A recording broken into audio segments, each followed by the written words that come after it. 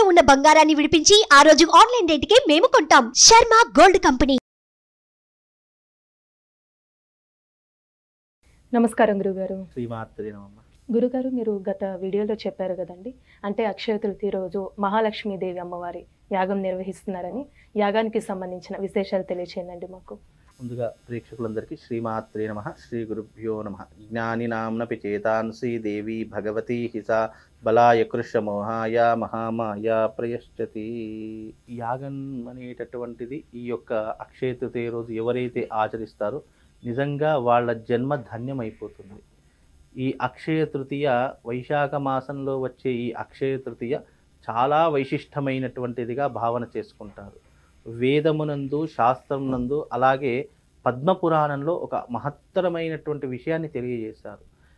ఏ సాధకుడైతే, ఏ మనిషి అయితే అక్షయ తృతీయ రోజున మహాలక్ష్మి యాగం చేస్తారో వాళ్లకు నిరంతరము ఆ తల్లి అక్షయంలా వాళ్ళ జీవితాన్ని తీర్చిదిద్దుతుంది అనేటటువంటి అంశాన్ని తెలియజేశారు. అంటే వాళ్ళ జీవితంలో వృద్ధి అనేదే తప్ప వాళ్లకు జీవితంలో తరుగు అనేటటువంటిది అస్సలు ఉండదు.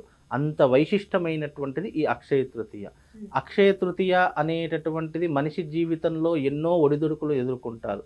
బికాజ్ మనిషి జీవితంలో చెప్పుకోలేనటువంటి సమస్యలు, అలాగే అనుభవిస్తున్నటువంటి వారికి ఎన్నో రకాలైనటువంటి కష్టాలు ప్రతి మనిషి జీవితంలో ఉన్నటువంటివి. ఆ కష్టాలను అధిగమించాలి, ఆ బాధల నుండి బయటపడాలి అని అంటే గనక అక్షయ తృతీయ రోజున చేసేటటువంటి యాగంలో ప్రతి ఒక్కరూ పాలు పంచుకోవాలి. ఎందుకు అంటే అక్షయ తృతీయ రోజున చేసేటటువంటి దైవిక కార్యక్రమానికి చాలా ప్రత్యేకత ఉంది. ఆ రోజున దైవిక యజ్ఞంలో పాల్గొన్న ప్రతి ఒక్కరూ కూడా జీవిత కాలమునందు వాళ్ళ యొక్క భవిష్యత్తులో కానీ రాబోయేటటువంటి రోజులలో కానీ మనకు ఎవరైతే ఆ వ్యక్తి ఉన్నారో ఆ వ్యక్తికి ఎప్పుడూ కూడా ధనానికి లోటు ఉండదు. అలాగే ఆర్థిక పరిస్థితులు ఎప్పుడూ కూడా ఒక బ్యాలెన్సింగ్గా నడుస్తూ ఉంటాయి. జీవితంలో నెగిటివ్ ఎనర్జీ అనేటటువంటిది రాకుండా ఉంటుంది. కుటుంబ కలహాలు ఉన్నటువంటి వారికి, భార్యాభర్తల మధ్య అన్యోన్యత తగ్గేటటువంటి వారికి, భార్యాభర్తలు ఎప్పుడూ కూడా అన్యోన్యంగా ఉండడానికి ఈ అక్షయ తృతీయ అనేటటువంటిది ఏర్పడుతూ ఉంటుంది. అంటే యాగం ఎక్కడ నిర్వహిస్తున్నారండి? అయితే ఈ యాగం అనేటటువంటిది మన సికింద్రాబాద్ సైనిక్పూర్లో ఈ యొక్క యాగం అనేటటువంటి నిర్వహించడం జరుగుతుంది.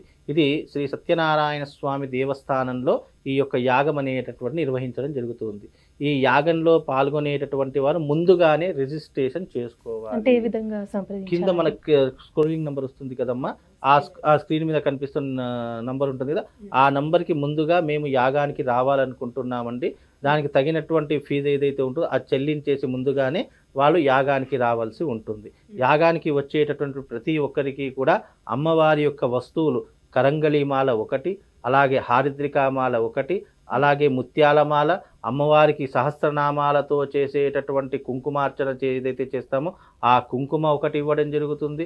అలాగే వాళ్ళకు లక్ష్మీ కుబేర యంత్రం అనేటటువంటిది కూడా ఇవ్వడం జరుగుతుంది. అంటే యాగంలో పాల్గొంటే ఈ వస్తువులు ఇస్తాము. లేదంటే మేము యాగానికి రాలేకపోతున్నాము, మాకు అవకాశం దొరకడం లేదు, మేము ఈ యాగాల్లో పాల్గొనాలి అని అనుకుంటున్నాం, దానికి వేరే మార్గం ఏదైనా ఉందా అని అంటే గనక ఎవరైతే యాగానికి రాలేనటువంటి వారు ఉంటారో వాళ్ళ గోత్రనామాలు ఏవైతే ఉంటాయి, వాళ్ళ గోత్రము, వాళ్ళ పేరు, కుటుంబ సభ్యుల పేర్లు, అందరి పేర్లు మాకు వాట్సాప్లో సెండ్ చేసేసి వాళ్ళ అడ్రస్, అంటే వాళ్ళు ఉన్నటువంటి ప్రజెంట్ అడ్రస్ మెన్షన్ చేస్తే వాళ్ళ పేరు మీదుగా కూడా బ్రాహ్మణ్ణి, ఒక ప్రత్యేకమైనటువంటి బ్రాహ్మణ్ణి కూర్చోపెట్టేసి వాళ్ళ గోత్రనామాలతో యాగాన్ని నిర్వహించడం జరుగుతుంది. అంటే వాళ్ళు ఎప్పుడైతే గోత్రనామాలు పంపించి ఫీజు పే చేస్తారో వాళ్ళ ప్లేస్లో, అంటే వాళ్ళు రాలేకపోతున్నారు కాబట్టి వాళ్ళ ప్లేస్లో ఒక అర్చకుడిని ఏర్పాటు చేసేసి వాళ్ళకు ప్రత్యేకమైన హోమగుండం ఇచ్చేసి దానిపైన కూర్చోబెట్టి వాళ్ళ పేరు మీదుగా, వాళ్ళ కుటుంబ సభ్యుల పేరు మీదుగా ఒక అర్చకుడితో యాగాన్ని నిర్వహించేలా మేము దాని గురించి అరేంజ్మెంట్ చేస్తాం. అంటే మీరు చెప్పిన వస్తువులు ఇస్తా అన్నారు, అవి కూడా వాళ్ళకి చెందుతాయి. లేదు మేము యాగానికి రాలేము అనుకున్నటువంటి వాళ్ళు, మాకు కేవలం వస్తువులు కావాలనుకున్నటువంటి వారికి కూడా వస్తువులు కావాలంటే ఎలాగైనా వస్తువులన్నీ పూజ చేసే పెడతాము. ఆ పూజ అయిన తర్వాత కూడా వస్తువులు పంపించడం జరుగుతుంది. అక్షయ తృతీయ అయిన తర్వాత కూడా ఈ వస్తువులను కూడా తీసుకునేటటువంటి అవకాశం వాళ్ళకి కల్పిస్తూ ఉన్నాం. ఎందుకంటే అక్షయ తృతీయ అనేటటువంటి మే 10వ తారీఖు రోజున ఉంటుంది.